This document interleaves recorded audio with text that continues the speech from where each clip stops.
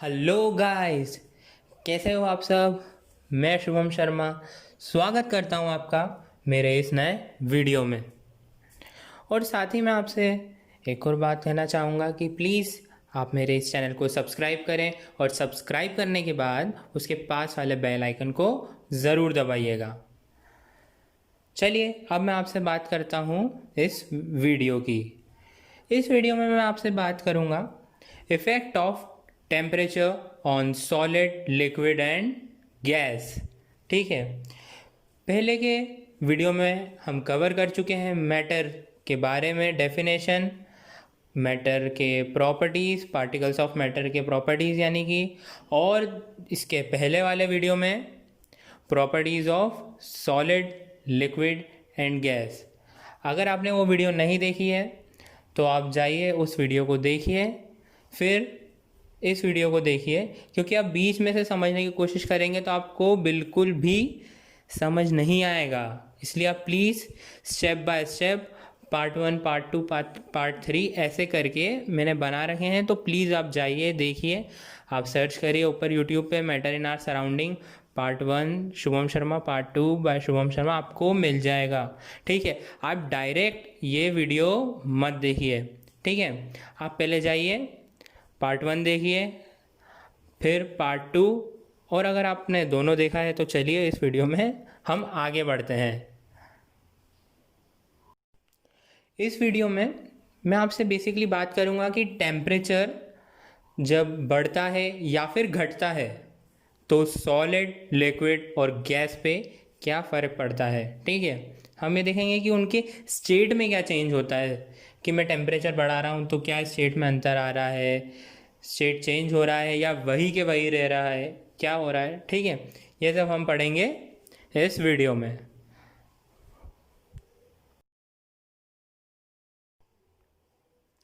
आइए मैं आपसे सबसे पहले बात करता हूँ मेल्टिंग की, कि ये मेल्टिंग है क्या।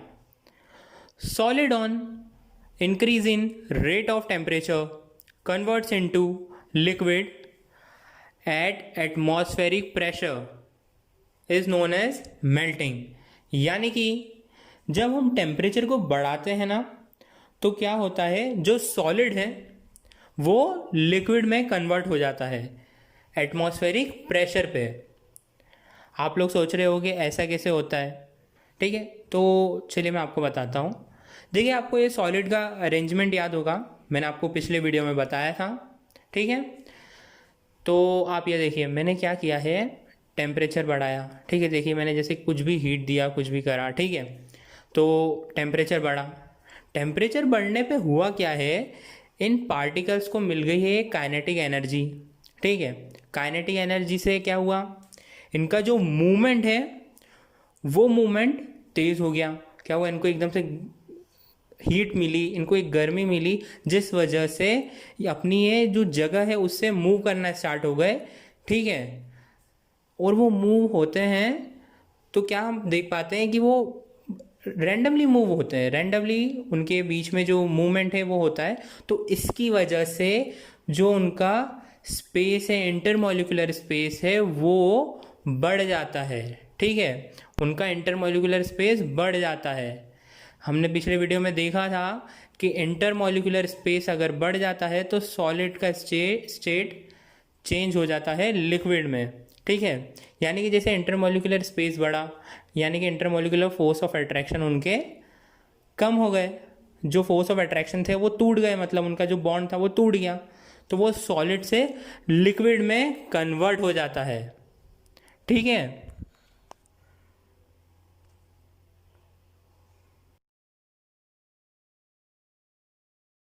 आई होप कि आपको मेल्टिंग समझ आया होगा। चलिए अब मैं आगे आपसे बात करूंगा मेल्टिंग पॉइंट के बारे में, कि मेल्टिंग पॉइंट क्या होता है। Okay, basically temperature at which solid transform into a liquid known as melting point. ठीक है, यानी कि जिस टेम्परेचर पे सॉलिड लिक्विड में ट्रांसफॉर्म होता है या फिर कन्वर्ट होता है उसे हम मेल्टिंग पॉइंट कहते हैं, यानी कि जिस टेम्परेचर पे वो सॉलिड से लिक्विड में कन्वर्ट हो जाता है, ठीक है। और वो टेम्परेचर क्या होता है, 0 डिग्री सेल्सियस और 273 kelvin.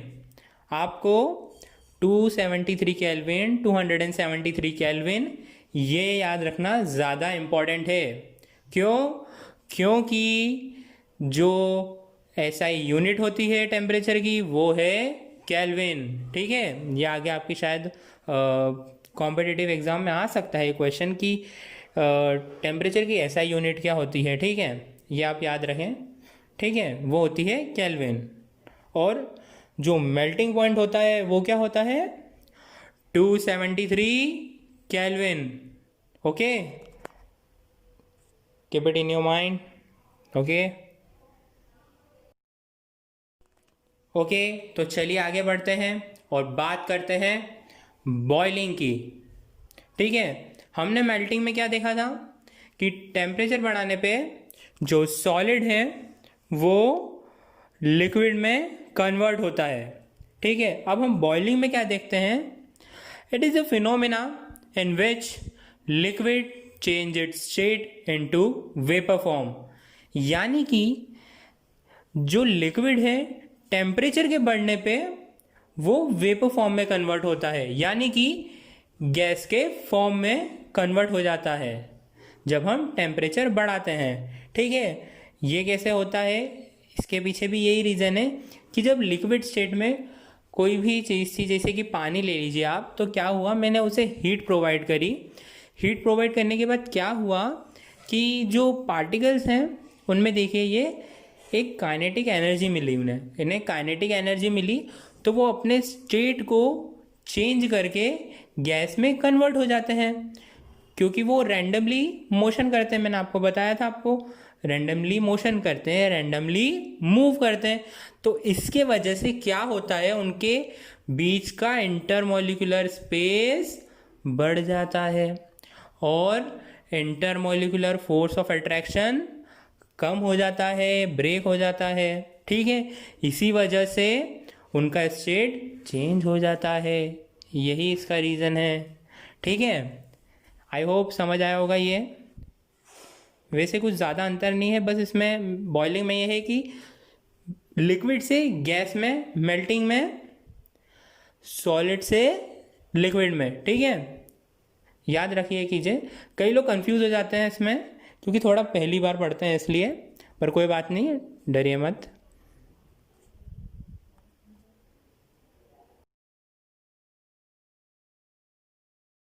Okay, so let's talk that what is boiling point.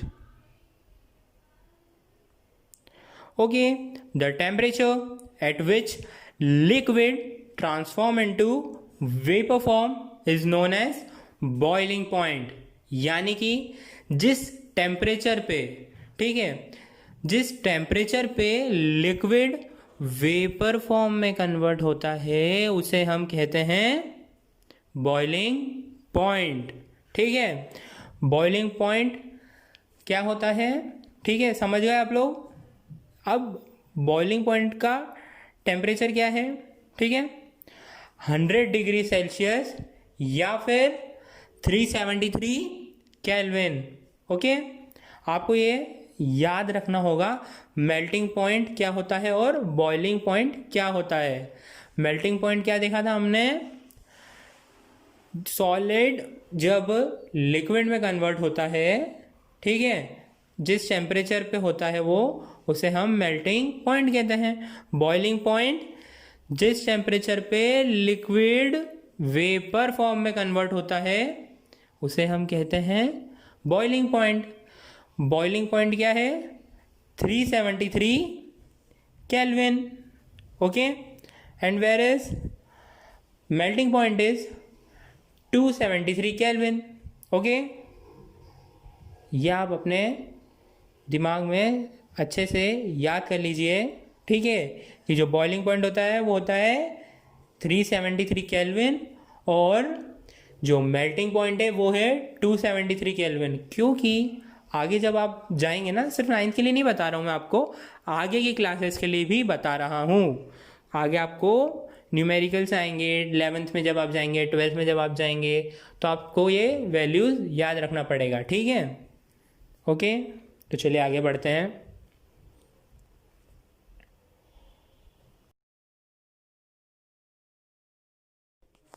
Okay, we have just seen that solid has converted into a liquid which is known as melting, or liquid converts into vapor form or gaseous form is known as boiling। तो क्या कोई ऐसी चीज़ है जो reversal में होती है, जो कि गैस को लिक्विड में, लिक्विड को सॉलिड में कन्वर्ट करे? क्या कोई ऐसी चीज़ है? जी हाँ, ऐसी चीज़ होती है और उसे हम कहते हैं फ्रीजिंग, ठीक है। फ्रीजिंग में क्या होता है? It is a phenomena in which liquid convert into a solid is known as freezing. Okay, यानी कि जब कोई लिक्विड सॉलिड में कन्वर्ट होता है उसे हम फ्रीजिंग बोलते हैं, ठीक है। और जो फ्रीजिंग पॉइंट होता है वो सेम होता है मेल्टिंग पॉइंट के, यानी कि हमने क्या पढ़ा था? मेल्टिंग पॉइंट 273 केल्विन या 0 डिग्री सेल्सियस। तो फ्रीजिंग पॉइंट भी वही होता है, 0 डिग्री सेल्सियस या 273 केल्विन। ओके,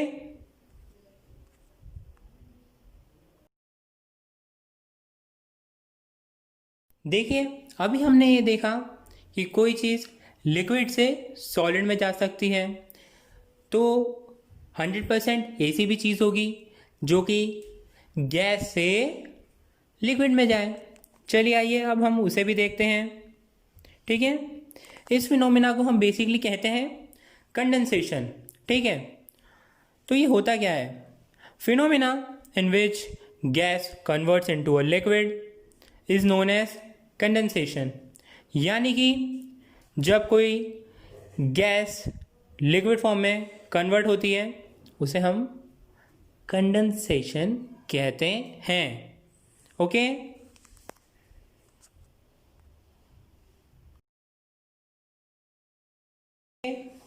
तो हमने melting, freezing, boiling, condensation, boiling point और मेल्टिंग पॉइंट पढ़ लिया है, ठीक है।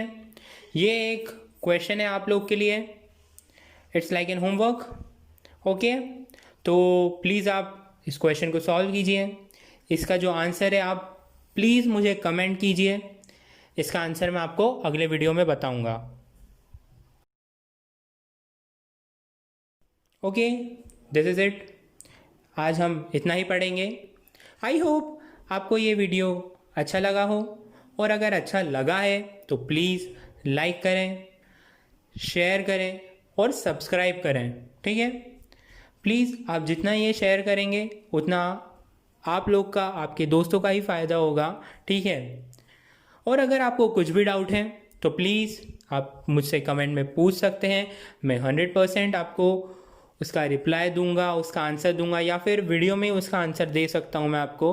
ओके, ऐसा नहीं है कि आप कुछ पूछेंगे मैं उसका जवाब नहीं दूंगा, ऐसा बिल्कुल भी नहीं है। तो प्लीज़ अगर कुछ डाउट है तो आप पूछिए, ठीक है। Okay, this is it. Thank you for watching this video.